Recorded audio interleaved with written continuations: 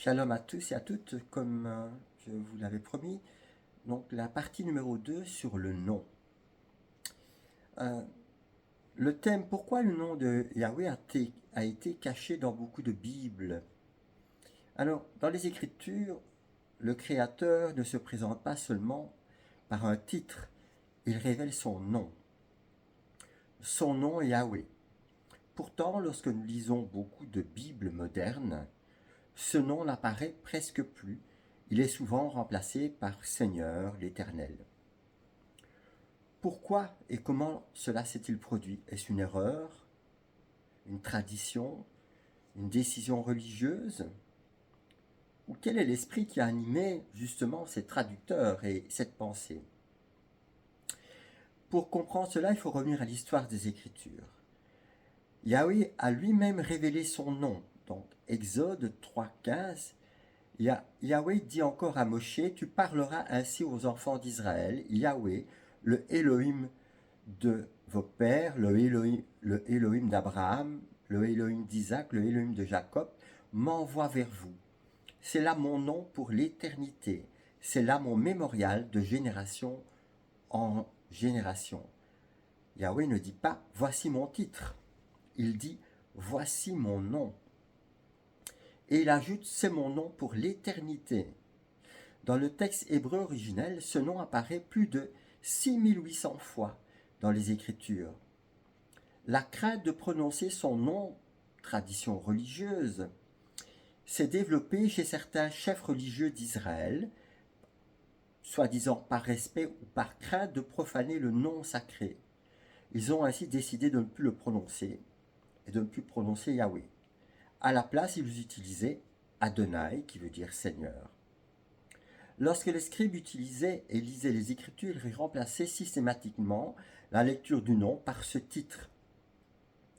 Peu à peu, cette pratique est devenue non pas une tradition, mais une obligation.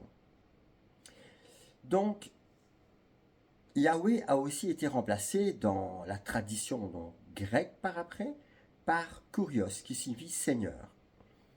Ensuite, lorsque la Bible a été traduite en latin, puis dans les langues modernes, les traducteurs ont continué cette tradition religieuse, et Yahweh est devenu Seigneur l'Éternel. Le nom original a donc été remplacé par un titre. Quel est le problème d'un titre? Le titre n'est pas un nom. Par exemple, roi est un titre, Seigneur est un titre, mais Yahweh est un nom. Lorsque le nom est remplacé par un titre, la révélation peut devenir moins claire. Par exemple, le psaume 83,18 afin qu'on sache que toi seul, dont le nom est Yahweh, tu es le Très-Haut sur toute la terre. Lorsque le nom est remplacé par Seigneur, ce verset perd une partie de sa précision. Yeshua a révélé le nom du Père. Dans le livre de Yohanan, donc Jean, le Machin déclare, Jean 17,6, « J'ai fait connaître ton nom aux hommes. » Pas ton titre, ton nom aux hommes. Et aux hommes que tu m'as donnés du milieu du monde. Yeshua ne révèle pas seulement une doctrine, une tradition religieuse. Il ramène à la révélation du nom. Il révèle le nom du Père. Et son propre nom contient ce nom. Yeshua signifie Yahweh sauve. Ainsi, dans le nom du Fils se trouve le nom du Père.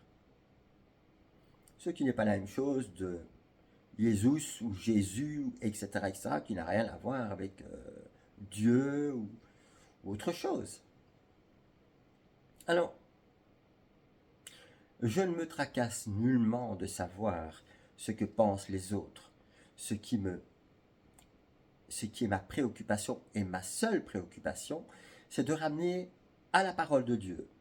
Donc,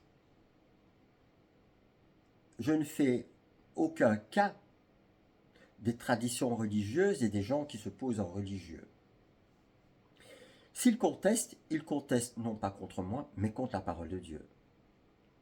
Ainsi, puisque nous trouvons dans Yeshua le nom du Père, Yahweh sauve, nous voyons l'importance du nom. La racine est le retour aux Écritures. Aujourd'hui, beaucoup de croyants redécouvrent les racines hébraïques de la foi.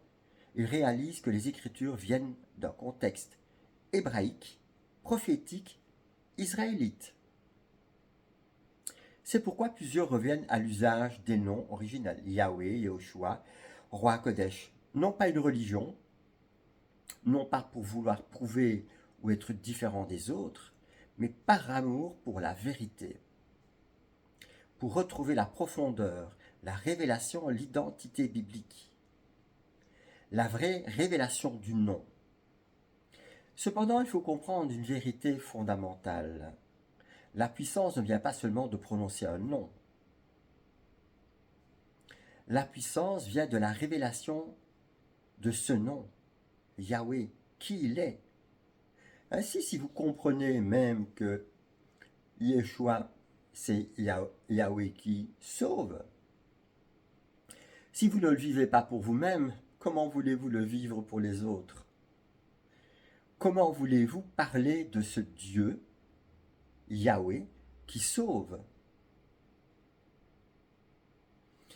Seule l'hypocrisie religieuse permet aux religieux de se cacher derrière les traditions. Comme la parole dit, ils n'ont pas l'amour de la vérité. Donc, la relation que nous avons avec Yahweh, la foi dans Yahushua, l'œuvre du roi Kodesh en nous, beaucoup peuvent dire un nom sans connaître la personne. Un jour, Yahushua leur dira, « Éloignez-vous de moi, je ne vous ai jamais connu. » Celui qui connaît Yahweh connaît son nom. Dans son cœur, il le vit. Conclusion, le nom Yahweh n'a jamais disparu des Écritures originales. Il a simplement été remplacé dans beaucoup de traductions par des titres comme Seigneur, l'Éternel, etc., etc. Aujourd'hui, l'Ecclésia, qui a la révélation du nom, aime ce nom. L'Ecclésia qui a la révélation de la parole aime la parole, puisque cette même parole est Yahushua. Et il désire ardemment vivre cette parole avec l'aide du roi Kodesh. Aujourd'hui, Yahweh restaure la connaissance de son nom parmi son peuple, comme il est écrit dans Jean 2,32, « Quiconque invoquera le nom de Yahweh sera sauvé. » Je vais dire, quel Yahweh? Le Yahweh religieux? Le Yahweh de la tradition? Un jour, j'ai une sœur qui m'entendait dire dans des systèmes religieux babyloniens, on parle de quel Yahweh, de quel Christ ici? Christ, Machia, évidemment. Et ce salut est révélé dans le nom du Machia. Yehoshua, Yahweh sauve. Soyez abondamment et restez abondamment bénis par la parole. Shalom.